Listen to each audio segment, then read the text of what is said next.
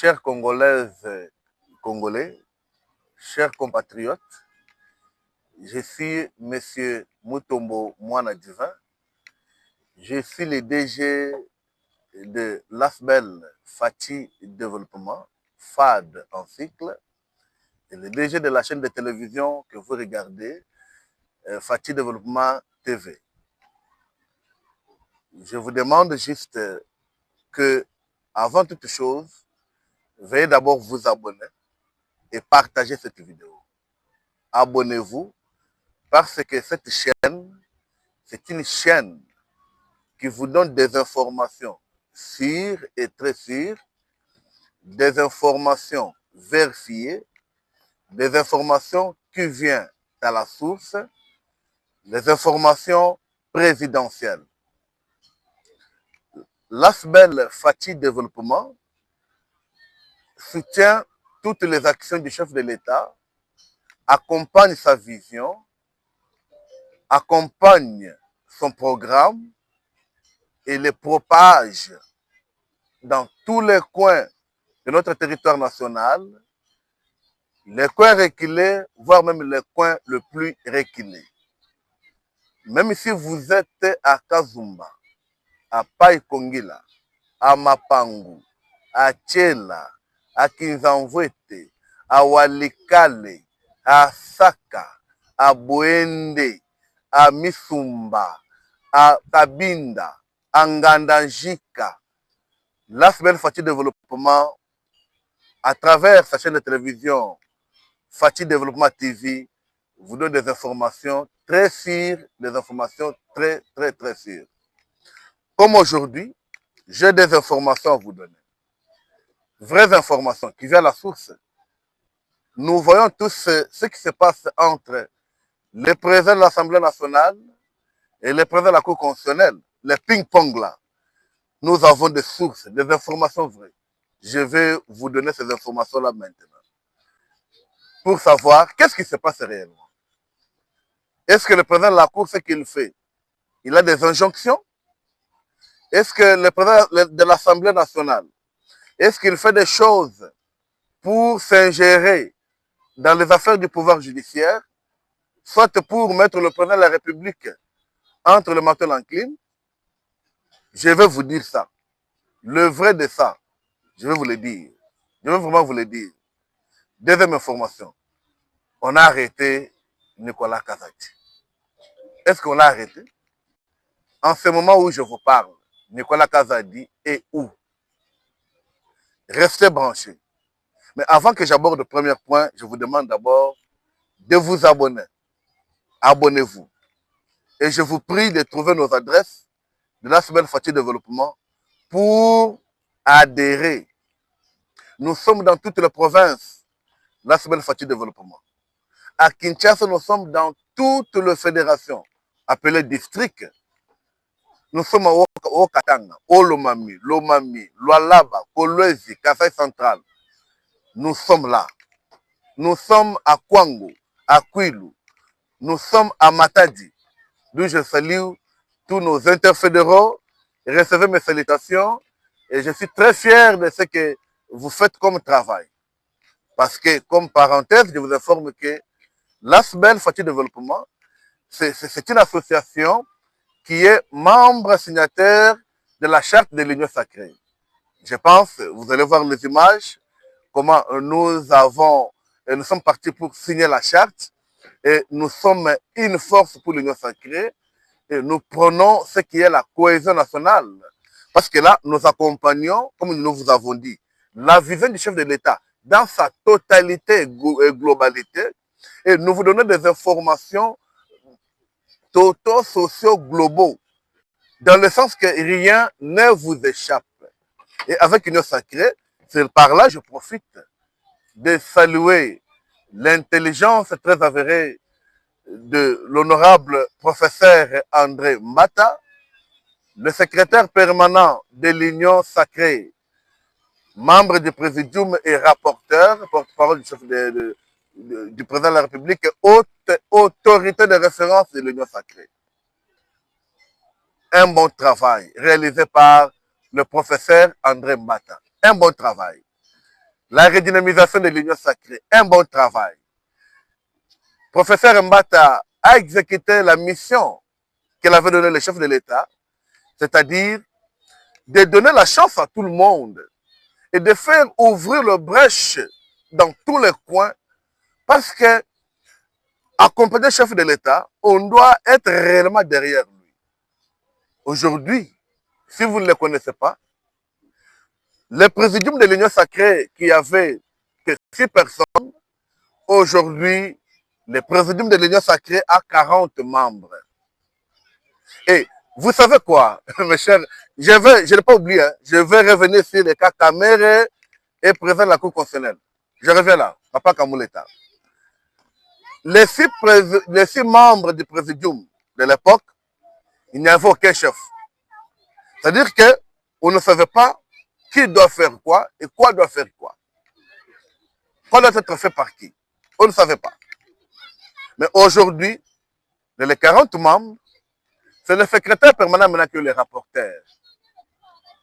Bien que cela énerve plusieurs personnes, mais moi j'ai dit, toute personne auquel se fâche parce que le professeur Mata a exécuté la mission lui donnée par le chef de l'État, haute autorité de référence de l'Union sacrée, a exécuté et trouvé que ça, il ne pouvait pas le faire, ce n'est pas en Mata où ils s'en prennent.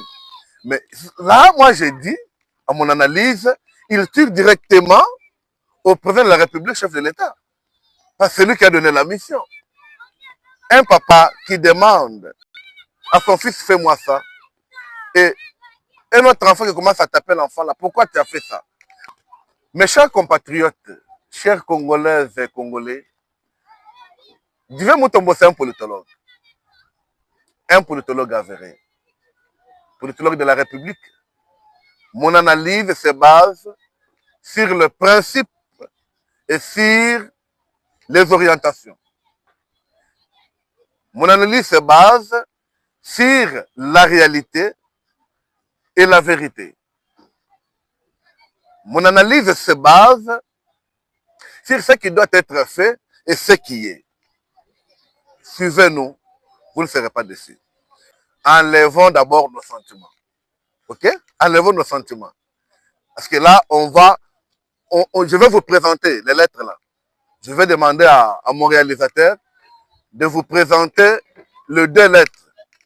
Hein? La lettre écrite par le président Kamere et la lettre écrite par le président Kamouleta. Et la réaction du président de l'Assemblée nationale après avoir reçu la lettre du président de la Cour constitutionnelle. Chers compatriotes, est-ce que nous sommes dans la jungle? Est-ce que nous sommes dans le respect des institutions? Mais c'est ainsi, c'est Montesquieu l'avait dit, avait parlé. Parce que le principe de séparation des pouvoirs, c'est Montesquieu. Tout ce que nous sommes en train de faire, ça ne vient pas de nous-mêmes. Parce que nous ne pouvons pas inventer la roue. C'est des choses qui existent. Entre le président de la Cour constitutionnelle et le président de l'Assemblée nationale, qui s'ingère dans le pouvoir des autres. Ah, chers Congolais, là, analysons ensemble. Monsieur Matata Mpogno, honorable de son État, député national, ancien Premier ministre, ancien ministre des Finances, nommé Premier ministre, il refuse d'octroyer les postes du ministre des Finances. Il le refuse. Matata Mpogno dit, je dois avoir un ministre des Finances, mais qui sera délégué par mon pouvoir. C'est-à-dire, avant que le ministre délégué Finances, c'est pour ça qu'il avait surnommé, avant que le ministre délégué, comme envoyé, c'est comme une branche de la primature. Avant d'agir, avant toute chose, il doit requérir d'abord des orientations et ordres du Premier ministre. On commence par là. Peut-être vous ne me comprenez pas au début. On commence par là. Le ministre délégué aux finances, avant d'agir, il doit attendre d'abord les orientations et l'ordre du Premier ministre. à l'étape là. Parce que là, je demande à nos frères et sœurs de Kwilu, de Kwango et de Bandundu de m'écouter bien.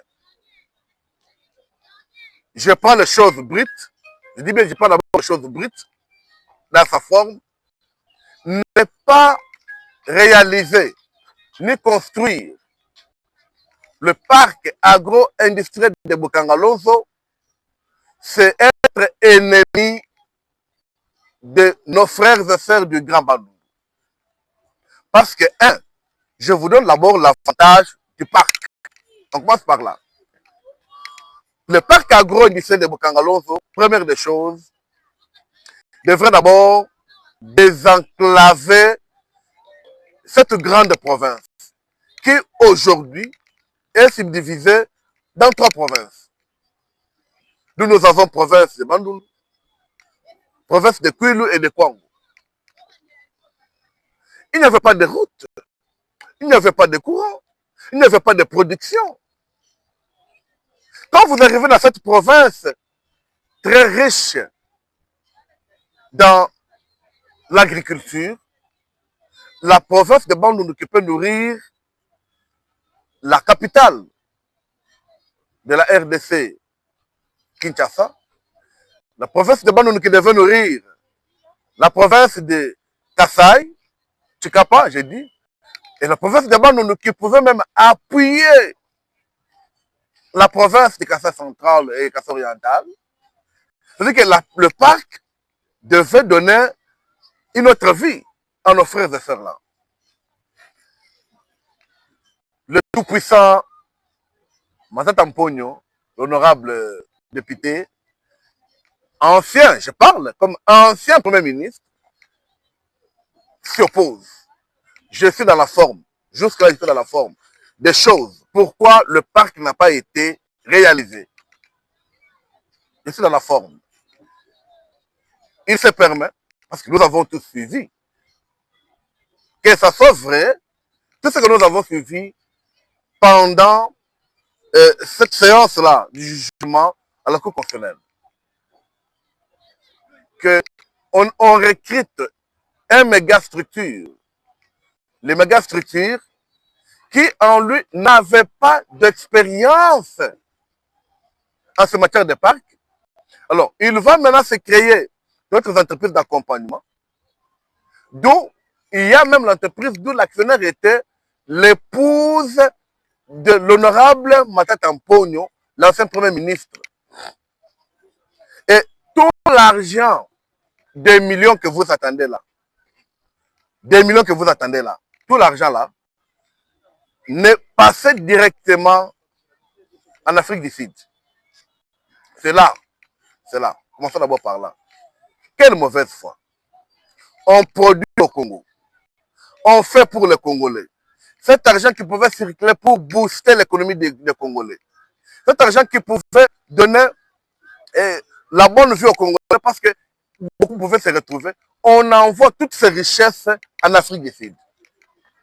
Cher Premier ministre, est-ce que tu étais au courant de ça? Parce que l'argent était de la Banque centrale en Afrique du Sud. C'est un point. Pas retourner par là. Deuxième point. L'entreprise avait surfacturé, que ce soit le matériel, que ce soit les infrastructures, que ce soit même le semence. Tout était surfacturé fois 3, fois 10, voire même fois 90. Oui, nous avons suivi l'inspecteur de l'IGF qui, chez eux, il y avait une facture de 700 000, mais cette facture, cette machine, dans la facture, était de plus de 7 millions. Quelle mauvaise foi. Nous avons vu des matériels de 25 $, facturés 700 000. Les choses étaient, je n'ai pas de choses brutes, je me répète, comme nous les avons suivis passer à la télévision. Alors, j'ai fait une synthèse de tout ça.